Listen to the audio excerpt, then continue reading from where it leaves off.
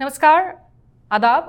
VOA India के सभी दर्शकों का स्वागत है। आपके साथ मैं स्मिता शर्मा हूं और आप देख रहे हैं समझिए, जहां हम बात करते हैं उन मुद्दों की जो इस वक्त भारत में चर्चा में हैं, भले ही वो चुनावी सुगबुगाहट हो या फिर दूसरे सामाजिक खबरें।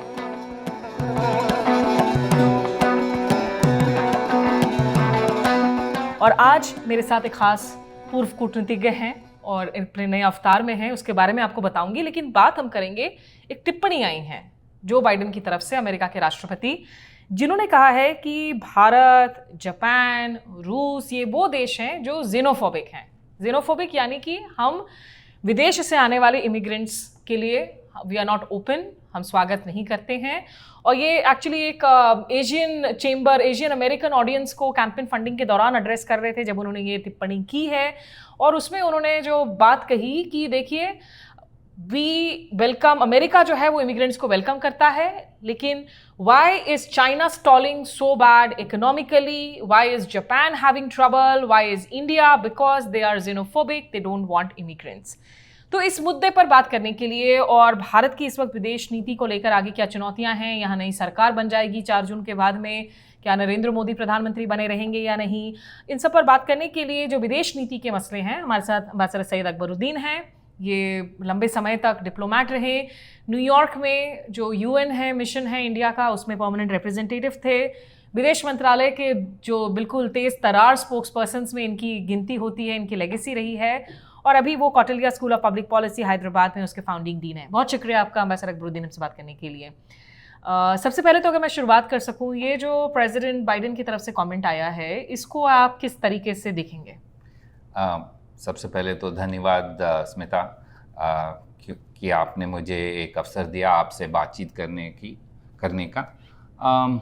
प्रेसिडेंट बाइडेन का जो ये टिप्पणी थी, मुझे तो समझ में नहीं आ रहा मैं हंसूं या रोऊं इसके ऊपर। This is not a serious way for a president to talk about जो हमारे ट्रेडिशंस हैं। वो जानते हैं तिब्बतियंस को किसने पहले रेफ्यूज दिया, तमिल्स को किसने पहले रेफ्यूज दिया, बांग्लादेशी जो शरणार्थी बने थे 1971 में 10 मिलियन यहाँ आए थे। तो ये मुझे तो समझ में नहीं आ रहा है क्या लॉजिक है प्रेसिडेंट बाइडेन की। एक तरह वो अपना सादर्न बॉर्डर बंद कर चुके हैं, उन्हीं के देश में immigration is a big issue. मैं समझ सकता हूँ कि चैलेंजेस हैं उसमें, बट जस्ट एक सॉर्ट ऑफ ब्रॉड ब्रश से पेंट करना जो देश जिनकी सभ्यता है कि ओपननेस, प्लूरलिज्म, इंक्लूसिविटी, उनको इस तरीके से broad brush approach is entirely not becoming of the president of the United States. लेकिन अमेरिका में भी साल के अंत में चुनाव हैं और उनके सामने जो उनके सबसे पावरफुल ओपोनेंट हैं वो है डोनाल्ड ट्रंप, जिनकी वापसी के चांसेस बड़े मुमकिन नज़र आ रहे हैं। डोनाल्ड ट्रंप की एक नीति रही है when it came to closing borders या इमिग्रेशन को लेकर। तो क्या ये आपको लगता है कि बेसिकली डोमेस्टिक कंजम्पशन के लिए दिया गया बयान हो सकता है? शायद इसी से we can make some logic out of it. नहीं तो फ्रॉम ग्लोबल पर्सपेक्टिव इसमें कुछ लॉजिक नहीं दिखता है मुझे, ना कोई सीरियस लिएगा ऐसी बातों को, क्योंकि हाँ ठीक है, डोमेस्टिक इलेक्शन के डिफरेंशिएशन में अगर वो करना चाहते हैं ठीक है, बट बेहतर रहे कि वो विदेश नीति या दूसरे देशों को अपने डोमेस्टिक मामले में लाकर उलझाना ना उनका फ़ायदा है, ना वो रिलेशनशिप का फ़ायदा बनता है इससे। लेकिन क्या आपको नहीं लगता कि ये एक बड़ी प्रॉब्लम हो गई है आज की तारीख में, क्योंकि हम 2024 में हैं, जहां दुनिया की कई सारी ऐसी लोकतांत्रिक मुल्क हैं, डेमोक्रेसीज़ हैं, जमहूरियतें हैं, जहां चुनाव हो रहे हैं, हो चुके हैं। और भारत में भी हमें इंक्रीजिंगली देखने को मिला है पिछले 10 सालों में कि हम फॉरेन पॉलिसी का इस्तेमाल डोमेस्टिक नैरेटिव में बहुत ज़्यादा करने लगे हैं। अभी हाल के दिनों में कच्चीतीवू आइलैंड का जिक्र हुआ, उसको लेकर बड़ा कंट्रोवर्सी हुआ। तो ये एक वर्ल्ड वाइड प्रॉब्लम हो गई है क्या, भले ही दुनिया की बड़ी लोकतंत्र हो या पुरानी लोकतंत्र हो? सही बात है कि एक जो हम कहते हैं ग्लोबलाइज वर्ल्ड है, उसमें कई इश्यूज ओवरलैप होने लगे हैं, और कभी डोमेस्टिक इशू और ग्लोबल इशू में फ़र्क भी माना नहीं जाता है, क्योंकि फॉरेन पॉलिसी अब फॉरेन या दूर की पॉलिसी नहीं रही, अब ये डोमेस्टिक पॉलिसी से उलझ गई है। लेकिन जब ऐसे मुद्दों पर बात किया जाता है, जो ओहदेदार होते हैं उन्हें समझना चाहिए कि वो विदेश पॉलिसी को हाँ शायद यूज़ करें, और अगर वो फ़ायदेमंद है तो यूज़ कर सकते हैं, लेकिन इसमें बियॉन्ड इलेक्शन भी देखना चाहिए कि इसके बाद क्या होगा दूसरे देशों के रिलेशनशिप में। तो But isn't that a danger? The moment you bring in foreign policy as a part of your domestic national rhetoric, and it's happening continuously. Of course, Pakistan sells in Indian elections. Pakistan is always a narrative. But when you start raising issues, which could affect your relationship with neighbors, वो नेपाल हो, Maldives हो, बांग्लादेश हो, तो वो एक चिंताजनक बात है. Yes, but what I would say is there are some foreign policy successes which governments would like to promote, and that's a fair thing to do. For example, India feels that the G20 summit was a success. It had done very well. It's invested in it. There is no harm in using that as a platform to promote a successful effort. Having said that, to bring relationships into foreign policy, first of all, it doesn't work in most cases. There will be exceptions like you've mentioned, but in most cases it doesn't work. Also on the issue of Kachativi Islands, I have been interacting with many people from Tamil Nadu. Most of them feel that was not an issue of their decision making. It was brought up in a certain context of indicating whether the approach of a government is correct or there is a differentiation in it. But having said that, I don't think it played a major role in the politics or the electioneering at that place, and we will see the outcome on June 4th when we all will await the election results. Bharat और America के बीच के रिश्तों को इस वक्त जो है आप कैसे देख रहे हैं, खास करके इन टर्म्स ऑफ कि आगे चुनौतियां क्या होंगी, क्योंकि 2-3 मसले हुए हैं इस दौरान. एक, जब अमेरिका के कमेंट्स आते हैं भारत में हो रहे कुछ प्रोटेस्ट्स को लेकर, वो सीए का मसला हो, फार्मर्स प्रोटेस्ट हो, तो हम कहते हैं कि भाई ये इंटरफेरेंस है हमारे डोमेस्टिक इश्यूज़ में. आज की तारीख में अमेरिका में कैंपस प्रोटेस्ट्स हो रहे हैं, उस पर हमने हमारे प्रवक्ता का बयान देखा है. और दूसरा, जो फॉरेन सॉइल पर किलिंग को लेकर एक मसला हुआ है बिटवीन 5 आई नेशंस. कनाडा ने आरोप लगाए हैं, कनाडा में कुछ अरेस्ट्स भी हुए हैं ताज़ा मामले में in the killing of Nijjar. Australia, America में बाकायदा एक कोर्ट केस चल रहा है. ये क्या भारत अमेरिका रिश्तों में आने वाले दिनों में ये और कॉम्प्लिकेटेड होंगे? क्या ये चुनौतियां और बढ़ेंगी? तो देखिए, 2 चीज़ें हैं. एक तो कोर्ट केसेस चल रहे हैं, एंड डेमोक्रेसीज का ये रूल होता है, let the rule of law prevail. उसमें एडवांस में आउटकम्स अगर आप करें, so it's not a behaviour of a democratic state to accuse before and then go to outcome of the judgment. So let's wait for the outcomes of the judgments in both cases, and let's see what there's no need to jump the gun in दोनों cases में. Of your general view कि भाई कुछ ज़्यादा media में बहस हो रहा है, and especially आप जो कह रहे हैं 5 आइज़ का मीडिया. देखिए, मेरा एक्सपीरियंस तो ये हुआ है कि there is a great degree of coordination between all organs of the state and non-state organs in partner countries. And so it looks strange that so many articles come out without coordination. So I am not willing to believe there's no coordination. Having said that, again, these have very little impact within our domestic politics, because there are multiple other जो हमारे मुद्दे हैं वो कई और हैं, बड़े complicated हैं, और उन मुद्दों पर ज़्यादातर बहस हो रही है. What the foreign media things और not is peripheral to India's election process right now. हाँ, अब वो टिट फॉर टैट हो गया है, पहले उन्होंने कह दिया, अब हमने कह दिया. These are all again reflections of की both countries are in election mode, and therefore they are not able to distinguish the long-term interest with immediate interest. लेकिन भारत अमेरिका संबंधों की अगर हम बात करें, और यहाँ पर ये ध्यान भी रखना होगा कि इसमें बहुत ट्रांसफॉर्मेशन आई हैं न्यूक्लियर डील के बाद से, जो डॉक्टर मनमोहन सिंह के दौरान हुई, जॉर्ज बुश और मनमोहन सिंह के बीच में, तब से लेकर अब तक। आज भारत नेटो एलाई नहीं है अमेरिका का, लेकिन ओनली नॉन नेटो एलाई है जिनको डुअल यूज टेक्नोलॉजी के लिए क्लियरेंस है, ड्रोन्स की डीलिंग हो रही हैं, सेंसिटिव टेक्नोलॉजी की अगर हम बात करें, जो तमाम पहले बहुत सेंसिटिव मुद्दे बने हुए थे रिश्तों में, और काफ़ी ब्रॉड कैनवस है रिश्तों का, फाउंडेशनल पैक्ट्स हुई हैं जहाँ तक मिलिट्री अग्रीमेंट्स की बात हो। इंडिया अमेरिका संबंधों में आपको लगता है कि आज की तारीख में एक मैच्योरिटी है कि भाई, अगर प्रधानमंत्री नरेंद्र मोदी गए थे डायस्पोरा के एक एड्रेस में जाकर बोल कर आए थे कि अब की बार ट्रंप सरकार, वहाँ की सरकार, फ्यूचर सरकार इसे इंटरफेरेंस के तौर पर देख सकती थी, बाइडेन साहब इसे देख सकते थे, लेकिन आज एक मैच्योरिटी है कि आप थोड़ा सा सराउंड साउंड को शिफ्ट करके you focus on substance. I agree with you absolutely. जो आप कह रही हैं सही बात है कि इतना ब्रेथ है हमारे एंगेजमेंट में। ये छोटे छोटे जो चैलेंजेस आते हैं, they do not Daryl the relationship at all. And हम जानते हैं कि कितनी दूर बढ़ना चाहिए इनमें और कितना ये इम्पैक्ट होता है। सो अगर आप ट्रैक रिकॉर्ड देखें, these have not impacted our relationship substantially. आप जैसे कह रहे हैं, the relationship has been on a growth path and the trajectory is clear. कभी थोड़ा स्लो हो जाते हैं, कभी ज़्यादा पेस पकड़ लेते हैं, लेकिन for the last 20+ years the trajectory of India-US ties is only becoming greater in terms of cooperation, friendship, enmeshing the two economies together.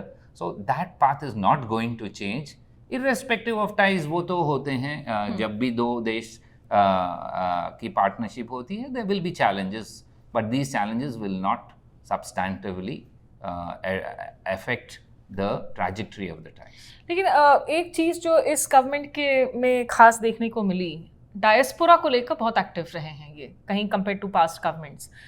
Diaspora का एक तरीके से जो क्रिटिसिज्म है कि वेपनाइजेशन किया जा रहा है, diaspora is a brand ambassador for the country, और अमेरिका में जैसे Jewish lobby is very strong, और उसको लेकर उनकी अपनी आज की तारीख में दिक्कतें भी हैं जब Israeli invasion of Palestine continues. जो डायस्पोरा को लेकर किसी भी करंट गवर्नमेंट की किस तरह की बैलेंसिंग होनी चाहिए, because at the end of the day your diaspora is citizens of another country. इसमें दो चीज़ें हैं। डायस्पोरा जो हम लूजली यूज़ करते हैं, there are some who are Indian national still who remain citizens of our country, and there are those who have transition to becoming citizens of another country. जैसे कि मिडल ईस्ट में जो diaspora है वो ज़्यादातर हमारे सिटीजन हैं। In the US there are several in transition, but several also remain Indian citizens. But हमने जो लूजली यूज शब्द किया है, that is the cause of confusion. Now you are right कि इसमें I don't think weaponisation is the right word. Sure, all leaders want to maximise their potential, and this is normal in all politics. Leaders want to maximize their potential. The Congress also did it in a different way, not by organizing the diaspora in terms of large events, but they started a ministry which was focused only on the diaspora, again not making the Overseas Indian Affairs Ministry. Yes. So they were the first who started this. In fact, the present government actually wound that back and put it back into the Ministry of External Affairs. So it's a mixed record of everybody, that they see an opportunity, they try and reach out to it, and it happens in any policy. Kabhi overreach ho jata hai, kabhi it has benefits, because let's be also clear, जैसे कि चीन में हुआ है, the Chinese speaking community जो Taiwan में थी, जो US में थी, they were among the biggest investors in China and were responsible for China's, in some manner, China's rapid growth. तो अगर if we can tap those with Indian origins, those with the affinity for India, even if you call them loosely Indian origin, why not use them for the benefit of India's economic development? Just last 2 questions ambassador Akbaruddin. एक, अब 4 जून के बाद जिनकी भी सरकार बनती है, BJP पोल position में है, लेकिन जो भी सरकार आती है इस वक्त, what do you see as top 3 foreign policy challenges नई सरकार के लिए, खास करके कैसे वक्त में? एक रेटरिक तो है हम विश्व गुरु और एस्पिरेशंस को लेकर, लेकिन रेटरिक और हकीकत में डिफरेंसेस हैं। इस वक्त हम 5th लार्जेस्ट इकोनॉमी है, लेकिन फिर भी हमारा gap with China is huge. तो इस सिचुएशन में, और दूसरी तरफ है कि भाई रूस से हम अपनी डिफेंस इंपोर्ट्स कम कर रहे हैं, कभी 73% था 10 साल पहले तक, आज की तारीख में 50% हो गया है। इजराइल, फ्रांस, अमेरिका से हम डिफेंस की चीज़ें खरीद रहे हैं, लेकिन एक पास अभी तक जो मिला हुआ है यूएस लेड वेस्ट से कि ठीक है आप ट्रेडिशनल बैलेंसिंग एक्ट करते रहें, क्या इन सब एरियाज में आपको की चुनौतियां दिख रही हैं भारत के लिए in the next 5 years for the new government? So जो भी गवर्नमेंट आए, foreign policy postures are a reflection of the stability of the government at home. अगर मजबूत सरकार आए, they will be more assertive in taking foreign policy initiatives. If you have challenges at home, it's bound to be that जो भी प्रधानमंत्री हैं, they will focus domestically more than external. So that will be the basis on which we can look forward. अगर हम सोचें कि भाई what are the big challenges for India, मेरे ख्याल में सबसे big challenge is the challenge that China poses to India. वो it is not a border issue और अ बाउंड्री प्रॉब्लम अलोन, वो बहुत ही मल्टी डायमेंशनल चैलेंज है कि एक नेबर है which has grown rapidly. We are not use to this sort of an engagement with a neighbour जहाँ पर the differences has become sharper, not on the border, but also on economic issues, also on India's role in global affairs. तो ये multi-dimensional challenge है. In the Indian Ocean, in our neighborhood, China has expanded its footprint exponentially compared to before. So I would say that the challenge that China poses to India is the biggest challenge that we have to address, and we need to start addressing that first. A second challenge will be पुराने हमारे जो कहते हैं midnight's children, that is Pakistan. Pakistan has its own problems and it's not today in a stable condition in terms of willingness to take tough decisions. So it is both on their side and our side, there will be major challenges, but we can neither live without them, can we live with them. So we will have to work on some via media related to Pakistan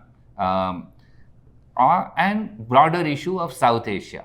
As regards India's rise, जो आप कह रहे हैं, that is now a accepted path that the economy will grow at a pace faster than what it was before. और अगर आप track record देख लें, China in 2007 was a 3.7 trillion economy.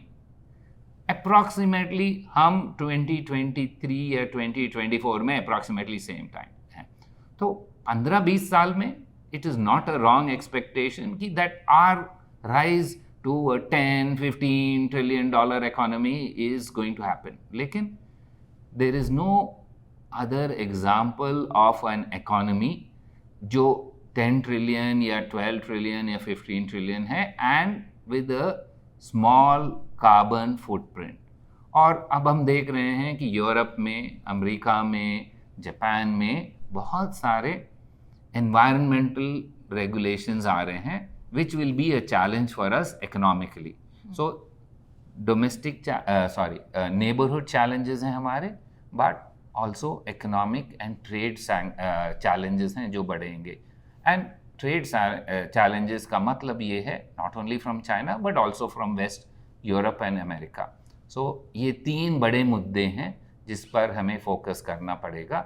मेरा जहाँ तक ख्याल है, Pakistan is falling fast on our level of important subjects, but never count it out. ठीक है, बस एक लास्ट क्वेश्चन आपसे पूछना चाहूँगी, क्योंकि आप यूएन में रहे, न्यूयॉर्क में आपने सर्व किया, और भारत की हमेशा से कोशिश रही है कि यूनाइटेड नेशन सिक्योरिटी काउंसिल का वो परमानेंट स्थायी सदस्य बन सके। G4 का हम हिस्सा रहे हैं, लॉन्ग टर्म तक हमने एडवोकेट किया कि कैसे ट्रांसफॉर्मेशन की ज़रूरत है। दूसरी ओर भारत का ग्लोबल राइज के साथ में हमें G7 के हम इन्वाइटी बने हैं, G20 का इम्पॉर्टेंट हिस्सा हैं, लेकिन आपको लगता है कि UNSC reform in the near future कभी हो पाएगा? एंड क्या यूएन की आज की तारीख में सही मायनों में जो ग्लोबल रेलेवेंस थी वो कम हो गई है, कीपिंग इन माइंड कि भले यूक्रेन रशिया युद्ध हो या इजराइल पैलेस्टीन कॉन्फ्लिक्ट हो, जिस तरह के हालात बने हैं, और यूएन नाकाम रहा है इन तमाम मुद्दों पर? तो इसका जवाब मैं दो टुकड़ों में दूंगा। एक तो aspiration of India to have a place on the global table जो हम कहते हैं, ये it's an aspirational goal. Let's not confuse with the immediate goal, क्योंकि every country which is in the situation that India is, कि हम 1/6 of Mankind है, अब हमारी इकोनॉमी ग्रो हो रही है, हमारे रिश्ते बढ़ रहे हैं, will aspire to be no longer a rule taker but a rule shaper, and therefore ये aspiration है। The reality of course is कि this will not going to happen in the next 2-3 years in the medium term, क्योंकि international order में एक succession process नहीं है जैसे कि गवर्नमेंट्स में होता है या प्राइवेट सेक्टर में होता है। इंटरनेशनल ऑर्डर में सक्सेशन पुराने ज़माने में was through war, अब हम वॉर नहीं चाहते हैं, सो सक्सेशन क्लियर पाथवे नहीं है। बट इसका मतलब ये नहीं है कि हम एक्सेप्ट करेंगे। सो क्या हो रहा है, जहाँ पर UN is not able to succeed, छोटे छोटे टुकड़ों में लोग अपने इनिशिएटिव ले रहे हैं, वो डिसाइड कर लाएंगे, क्योंकि छोटे जो ग्रुप्स हैं वो एक्ट कर सकते हैं लेकिन उनको लीगल सैंक्शन नहीं मिलता है। तो जो भी छोटे ग्रुप्स G7, G20 जो भी करें, वो वापस लाना पड़ेगा on a global platform, and so you cannot evade the UN even if it is not functional. And जो आप कह रहे हैं non functionality is a factor only in global peace and security. आजकल की दुनिया में there are many other issues which have come up, climate change, development finance, global trade, इन सब में there are other roles that the UN can play and it is also playing. So हमारा बस ये नज़रिया कि खाली पीस और security is the only game in town, ये सही बात नहीं है, क्योंकि there are many other games in town and India as a big country would want to play on every table. Right. तो हम अंग्रेज़ी में जैसा कहते हैं कि you cannot and you cannot throw the baby with the bath water. भले ही दिक्कतें हैं यूएन में, लेकिन रिफॉर्म्स और सुधारों के लिए बहुत स्कोप है। पता नहीं कब होंगे, वो देखने वाली बात होगी। लेकिन एम्बेसडर अकबरुद्दीन, बहुत शुक्रिया आपका आपके वक्त के लिए। एंड जो निश्चित रूप से अभी अमेरिका भारत में चुनाव के दौरान काफ़ी सारे बयान दिए जाएंगे, you campaign in poetry, you govern in prose, ये होता रहता है। कुछ बयानों को शायद दरकिनार किया जाएगा एज सराउंड साउंड, कुछ बयानों पर ध्यान दिया जाएगा। फिलहाल समझिए कि इस एपिसोड में मेरे साथ बस इतना ही। वापस लौटेंगे फिर कुछ और मुद्दों पर बात करने के लिए। नमस्कार, आदाब।